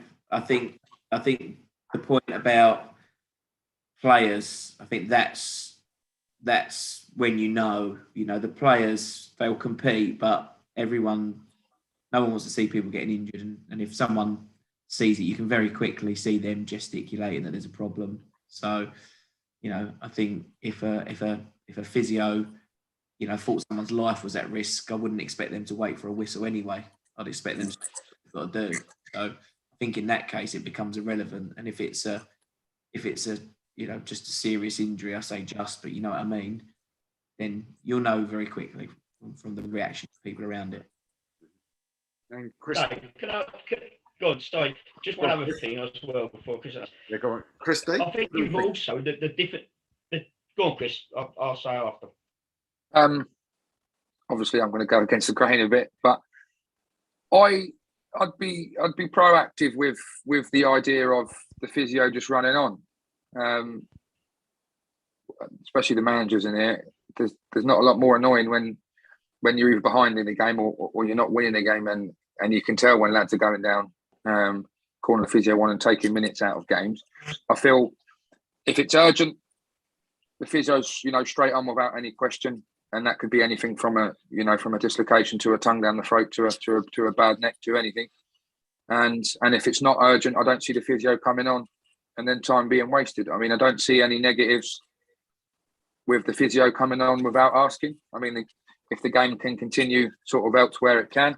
If it's in the box and that's where the play is, I mean, I don't see play continuing anyway. And I think if it's serious, I think, like the boy said, especially the person that might have been involved in the collision, there's sounds, there's there's yelps, there's screams, you can tell by a player's reaction whether it's injured. But you know yourself, with the dark arts in football, it does get frustrating. And if they know the game is going to continue and you're going to be a player down while you're getting treatment, I think the physio coming on unannounced sort of stops that. I don't see any negative with that being the case, to be honest.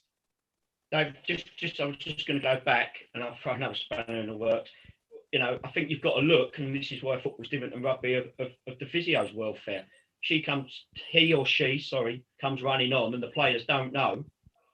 You don't know. Could be another, physio could get injured, could come into a melee. It's difficult. There's got to be some sort of rules. And I think the gents have just all said this.